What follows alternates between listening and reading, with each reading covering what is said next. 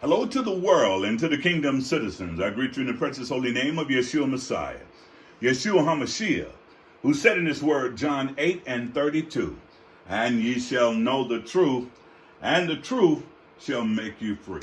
Hi, I'm Dr. John Curry, Ambassador, Pan-African, and welcome to the embassy of the kingdom of heaven on earth. If you want to follow this podcast, please subscribe to JC Global Embassy TV1. Ring the bell and hit the thumbs up button. Today's message is a continuation of the Black African Diaspora Speaks, Part 7. The Black African Diaspora Speaks, Part 7. And we're going to go into the civil rights movement of the 1960s. We know that many of it started back in the 1950s, but the 1960s is really where it really got to going. It picked up some speed. As you look, you can see all of these people and great leaders protesting. You see Martin Luther King and his entourage protesting. You see the American flag getting ready to be stuck in a black man while protesting. We see a black woman with two cops trying to do the right thing, got dogs on her. We also see the marching and talking about getting rid of segregation and old Jim Crow. We see all of these things that are going on as they are marching. Now, what I want you to understand as you view these particular photos, I want you to understand that if black people were truly citizens, according to the 14th Amendment, if black people were truly citizens, this would not have to go on. We talked about in the last slide, no justice, no peace, but if black people was truly citizens, then why would we be marching? You see, because true citizens don't necessarily have to march. They don't necessarily have to fight for their own rights that was given unto them. True citizens only march when the country that they live in does not recognize them as citizens. And as black folks in America, we have never been truly recognized as citizens. So we say no justice, no peace. We have civil rights movements. We got all of these things going on, trying to get the white man to do the right thing. Now the question would be, why do black people have to always get the white man to do the right thing? Is it that the white man don't have a conscience? Is it that the white man don't know what's right? Is it that the white man cannot govern? Does the white man know really how to govern? Maybe the white man just governed through military might and power. Maybe the white man doesn't have it in him, because if he had it in him, why is he trying to keep all these other nations down? The scripture says, to whom is given, much is required. God gave whites and blacks and other groups America to be, as Ronald Reagan said, a shining light on the hill. But I want to tell America and tell those of you that are watching this podcast, the light is off. The world sees who America really is. The world knows that America practiced schizophrenia. On the one hand, America says that everyone is free. Send me your tired, send me your hungry, send me your masses, come to America. But when they get to America, they treat them worse than some autocracies. Yeah, we're looking at doing some stuff now. We got the Build Back Better bill and pass, I believe, in the House, and now it's going on to the Congress. But we got, the infrastructure bill passed. But who's going to really benefit from that? Who's going to monitor that to make sure that black people, and particularly black people, are receiving their just reward? Why? Because it is black people that have saved this nation going back to the Civil War. It is black people that have saved this nation when it comes to January 6th. And now it's black people again that are out here trying to save this nation because we believe in a democracy, but democracy don't believe in us. So we got all these marches. This was in the 60s. This just let you know the heart of America has not changed. America is playing three-card Monte. America is moving the cards. Every time we look up, something is being reshuffled. So I just want you to get this. Can the white man govern? Do he know how to govern? Or do we govern with jingoism?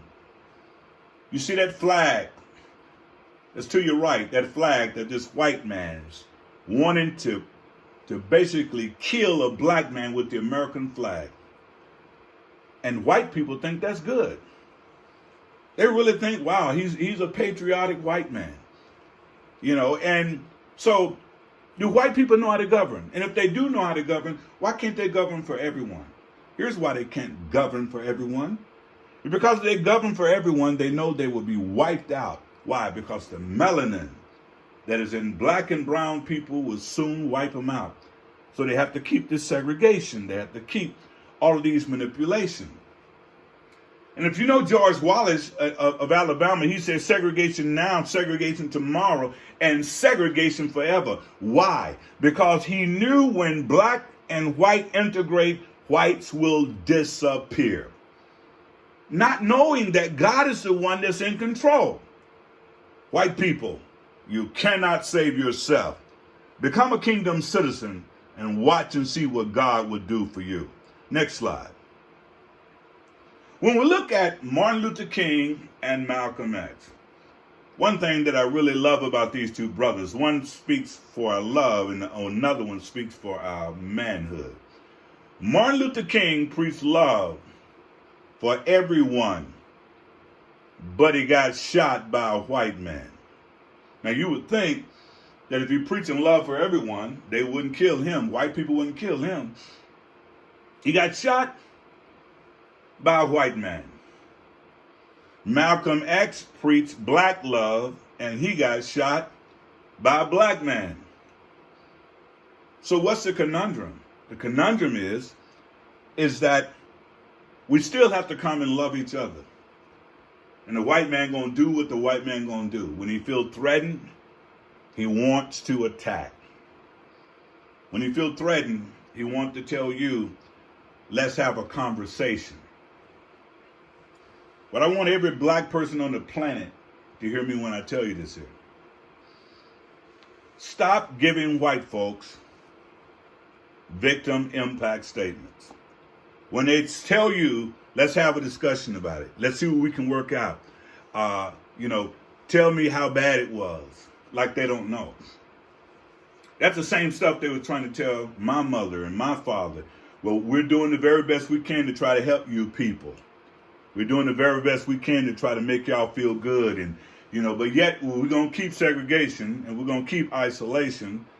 And even when you heal and build, we're going to burn down everything you heal, everything you build. We're not going to let you do anything positive because we love it when you need us. And that's why Malcolm was preaching black love. You see, we're in a conundrum.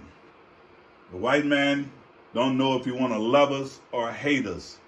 So as a result, for him to survive, he want to do what he did to Rodney King, beating him. This is March 3rd, 1991. Went viral. Well, it wasn't no viral then, but everybody saw it, not only in America, but throughout the world.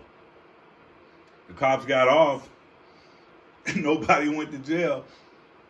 Why? Because that's the white supremacy system. America is a plantation. And on the plantation, you have those paddy rollers riding in paddy wagons trying to keep the slaves checked. And this is why they ask you for your papers. Now your papers is your driver's license and registration. In essence, Negro, where you going? And if you don't tell them, you don't show them, and you blink hard. I didn't say move, blink hard. You get what Rodney King got. Plantation America. Then we go on and we look even closer and we see this. This is why 2020, the man on George Floyd's neck. We get a protest by a football player, and he had the right to protest. George Floyd was saying, I can't breathe. What do? We march, we protest while passing laws. You see, the white liberals would march with us and they would protest with us while passing laws to destroy us. Just look at it. He's on his neck.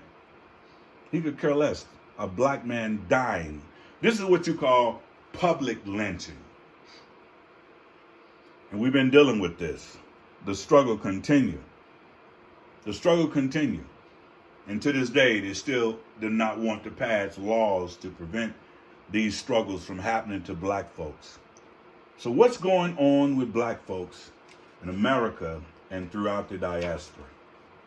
Let's go in a little bit deeper. We're going to look at something that I really want you to understand.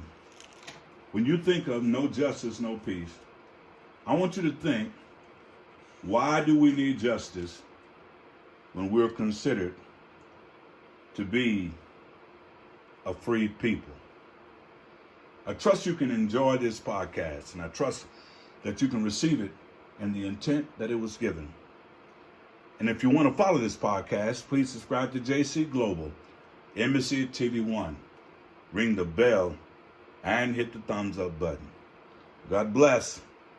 Until next time.